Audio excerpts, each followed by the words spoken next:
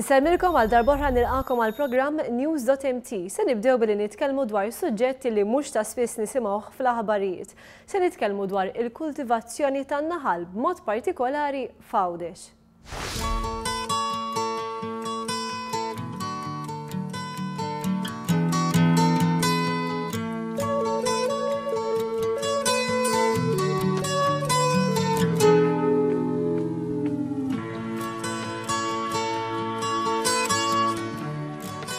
Fil-bidu ta' din is-sena Ermanno Dekino, Taljan li jrabbi n-naħal, importa lejn Għawdex 445 kolonja tan-naħal. Fi żjara li għamel is-Segretarju Parlamentari għall-Agrikoltura Għalkemm f'Għawdex, Dekino spjega li war nexxielu mhux biss iżomm il-popolazzjoni tan-naħal iżda n-nuklei produttivi kienu abbundanti ħafna. Dan minkejja li l-klima ta' din ix-xitwa kienet l-aktar waħda kiesħa li setgħet ixxekkel xi ftit jew wisq it-tkabbir tan-naħal. Dekino li ħsieb il-kumpanija Melita Bis fix-xara spjega li huwa jikkultiva rġejjen tan-naħal skont diversi karatteristiċi biex imbagħad ikun jista' jesporthom fl-Ewropa. Il nostro lavoro praticamente consiste nel moltiplicare api regine con diverse caratteristiche che incontrino quelle che sono le esigenze degli apicoltori in giro per l'Europa, dove le caratteristiche del clima sono estremamente differenti, dalla Svezia fino alla Francia o dall'Estonia al Belgio. Fil-fatt diġà kienu importati ma' 6,000 reġina tan-naħal lejn l-Italja u l-Iżvezja. Dekino spjega li kolonji tan-naħal kienu mitmuwa meta żviluppaw kompletament. In-naħal kellhom jipproduċu kwantità enormi ta' xama biex jibnu x-xeda li kien jonqos jimlew. In-naħal kienu jipproduċu 300 ċellola kuljum u dawk irġiel produċew 1700 ċellola kull 24 ġurnata. Malta Bees Limited ġabret aktar minn 700 kilo naħal li jiġu ekwivalenti għal 450 kolonja tan-naħal ġdida. Dekino jispjega li f'Malta sab l-ambjent ferm adattat biex ikun jista' jikkultiva dawn l-rġejjen. Siamo molto soddisfatti di aver scelto Malta, in particolare Gozzo, per il nostro lavoro di allevamento di api regine perché i risultati che abbiamo ottenuto hanno confermato che le analisi che avevamo fatto delle caratteristiche dell'ambiente a livello di temperature, a livello di clima, a livello di fioriture sono particolarmente adatte alla riproduzione e all'allevamento di api. Is-Segretarju Parlamentari Għawdex tkellem b'sodisfazzjon dwar dan l-investiment li kien attirat lejn Għawdex, anki jekk kien hemm mumenti fejn kien imdawwar b'kontroversja. Għaliex nifhmu li Malta għandha il-karatteristika unika, il-karatteristika klimatika tajba ħafna għal dit tip ta' attività biex wieħed jinkoraġġixxi mhux biss li jkollna popolazzjoni ta' naħal li hija importanti wkoll għan-natura, imma wkoll li fl-istess ħin għall produzzjoni mhux biss tal-għasel imma wkoll ta' rġejjen li huma meħtieġa biex ikun hemm il-popolazzjoni tan-naħal madwar id-dinja kollha. Mad-Direttorat tal-Agrikoltura f'pajjiżna għandna 232 persuna li huma reġistrati li jrabbu n-naħal u li bejniethom għandhom 3342 kolonja tan-naħal. U għastmat li kull kolonja tipproduċi 13 kilo ta' sel fis-sena li ammontaw għal madwar 43,446 kilo ta' sel. Il-miġġija ta' Dekino f'Malta kienet intlaqet b'xettiċiżmu minn dawn il-persuni. Sostnew li l-wasla tan-naħal mill-Italja se jkun qed ixekkel l-iżvilupp tan-naħla Maltija u jista' jitħallat man-naħla Maltija b'tali mod li jtelfilha d-DNA. Dekino ma jaqbilx. Per quanto riguarda Malta abbiamo avviato un progetto di conservazione e selezione dell'ape maltese e siamo molto interessati a valutare e a capire quali sono le potenzialità di quest'ape in rapporto all'ambiente esistente. Is-Segretarju Parlamentari qal li grazzi għal din il-kumpanija dan is-settur tan-naħal qed jagħti lok għal speċjalizzazzjoni.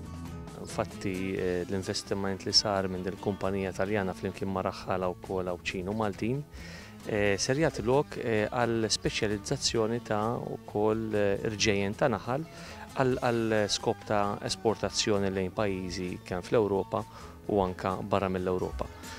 Fil-fatt Ermanno Dekino jispjega kif Malta Bees huma interessati biex il-qudiem ikomplu jiżviluppaw u jiffokaw fuq in-naħal lokali. Siamo poi nell'evoluzione della nostra attività come sarà possibile inserire il nostro lavoro di selezione nell'ambito anche di un progetto di conservazione dell'ape locale e massimizzazione di quelle che sono le produzzjoni in rapporto alle potenzialità dell-ambjent. Anki l-istudenti Maltin issa jkollhom aktar opportunitajiet ta' studju. U dan jagħti lok ukoll biex żgħażagħ li qegħdin jistudjaw fil-qasam agrikolu jsibu opportunità ta' niċċe ġodda fi speċjalizzazzjoni li sal-lum qatt ma kellu pajjiżna. Il-kultivazzjoni tan-naħal f'Malta tidher li qed tikber u anke qed ikollha valur importanti ħafna l-esportazzjoni. ċertament li jekk nies bħal Ermanno Dekino u raħħala Maltin ikomplu jsaħħu dan is-settur b'tant għoża u dedikazzjoni se jkollna ħafna aktar stejjer interessanti x'nirrakkontaw.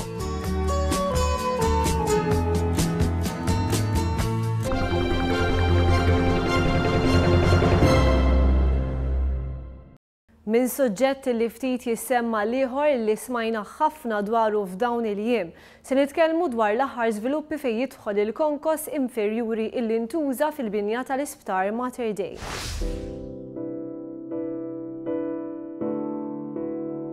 L-aħħar jiem reġgħu kienu ddominati mill-iskandlu tal-kwalità baxxa fil-konkrit ta' Mater Dei. Baqgħu jfeġġu dettalji ġodda dwar l-istrutturi u beda jintafa' iktar dawl dwar min fassal il-ftehim li jħoll lil Skanska minn ċerti obbligi. Il-kap tal-Oppożizzjoni Simon Busuttil qed jipprova jaħrab mir-responsabbiltà brabta ma' dan il-każ. Jekk hemm problema, il-Ministru flok ifarfara fuq ħadd ieħor jerfa' r-responsabbiltà tagħha u jara x'ser jagħmel fuqha. Iżda minkejja kull dikjerazzjoni ta' Busuttil qed joħroġ iktar biċ-ċar kemm nies assoċjati miegħu u fdati sal-lum f'karigi fil-Partit Nazzjonalista għandhom piż xjerfgħu brabta ma' dan l-iskandlu. Fuq kollox għax qed jirriżulta b'mod mill-iktar ċar li mhux illum li kien hemm min sar jaf b'ċerti problemi. Testijiet fil-kolonni tal-konkrit fl-emerġenza ta' Mater Dei urew li fil-passat diġà kien hemm tentattivi ta' tiswijiet li fallew. Xogħol li kellu lan li jwaqqaf milli l-ilma assorbit mill-konkrit isaddat l-azzar ta' ġewwa. Però mir-rapport tal-kumpanija internazzjonali ERIP li għamlet dawn it-testijiet, irriżulta li x-xogħlijiet ta' tiswija li mhux magħruf eżatt meta saru ma kinux effettivi biex iwaqfu mill-korrożjoni. Dan ukoll huwa sinjal ta' konkrit ta' livell baxx li jfisser proporzjon ħażin bejn ilma u siment, kompattazzjoni ħażina jew materjal porus. Li kien hemm ċerti problemi kien evidenti wkoll meta fl-2011 inqalet problema dwar reservwar. Iżda dakinhar l-iktar li ħareġ evidenti kien kif Skanska kienet qiegħda sserraħ fuq il-waiver ta' Mater Dei. Fit-tmiem il-ġimgħa sar magħruf li John Dalli, dak iż-żmien Ministru tas-Saħħa, kien tħalla filama brabta man-negozjati li saru ma' Skanska. Sa issa d-dikjarazzjoni ta' Dalli ma kienx miċħuda, anke jekk iċ-ċermen tal-Fondazzjoni għas-Servizzi Mediċi ta' dak iż-żmien Paul Camilleri ħareġ stqarrija dwar is-suġġett. Camilleri ikkonferma li mexxa n-negozjati. Dalli qal li hu kien marraf bih 6 ġimgħat wara li kien iffirmat. Fil-fatt ħarġet email fejn il-perit Paul Camilleri qallu li kien qed jirrealizza li ma kellmux dwar l-eluq tal-ftehim ma' Skanska. Paul Camilleri, il-prim kuġin ta' Lawrence Gonzi, kien qed jinnegozja ma' Skanska flimkien ma' Brian St. John. Brian St. John kien imexxi l-Fondazzjoni għas-Servizzi Mediċi u llum huwa kap eżekuttiv tal-Midja tal-Partit Nazzjonalista wara li jażlu għal dan l-irwol Simon Busuttil. Paul Camilleri li huwa ħaten Mario De Marco, il-viċi kap tal-Partit Nazzjonalista, ġieli tħallas 100 euro sija brabta ma' negozjati ma' Skanska. Filwaqt li Brian St. John kien jitħallas 83,000 euro fis-sena bħala kap eżekuttiv tal-FMS. Fit-tmiem il-ġimgħa rriżulta wkoll li Skanska, il-kumpanija responsabbli mill-bini f'Mater Dei, diġà użat il-ftehim li jħollha minn kull responsabbiltà brabta mal-isptar. Dan fl-2011 u l-problemi li kienu semmew kienu wkoll relatati mal-konkrit. Tixed dan korrispondenza tal-Fondazzjoni għas-Servizzi Mediċi li turi kif il-Fondazzjoni kitbet lil Skanska tgħidilha li se żżomm bilanċ ta' 200,000 euro biex tkopri l-ispejjeż brabta mat-tiswija ta' reservoirs li kellhom il-problemi f'Mater Dei. Tiswijiet li kienu bżonjużi minħabba konkrit ta' kwalità inferjuri li kellu saħħa ta' 20 megapascal minn flok 30. Din il-korrispondenza tixed kif l-ex kap eżekuttiv tal-FMS Brian St. John kien konxju tal-esistenza ta' livell ta' konkrit baxx fl-isptar. Żgur li Brian St. John li Simon Busuttil għażlu bħala kap eżekuttiv tal-Partit Nazzjonalista kien konxju tal-waiver li jħoll lil Skanska. Dan għax meta qamet il-kwistjoni fuq dawn ix-xogħlijiet, Brian St. John informa liċ-chairman tal-FMS Paul Camilleri u qallu li jekk l-FMS iżomm il-flus tkun qiegħda tmur kontra il-Project Closure Agreement. Il-kobba qed tkompli titħabbel u r-riżultati tal-inkjesta se jiftħu iktar dawl dwar dan il-każ. Jidher biċ-ċar li l-kwistjoni mhix se tieqaf hawn.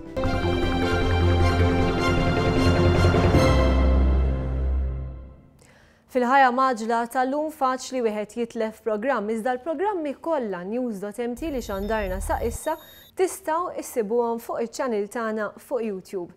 Il-Kamra tal-Aħbarijiet għandha wkoll paġna Facebook inżommuha kontinwament aġġornata.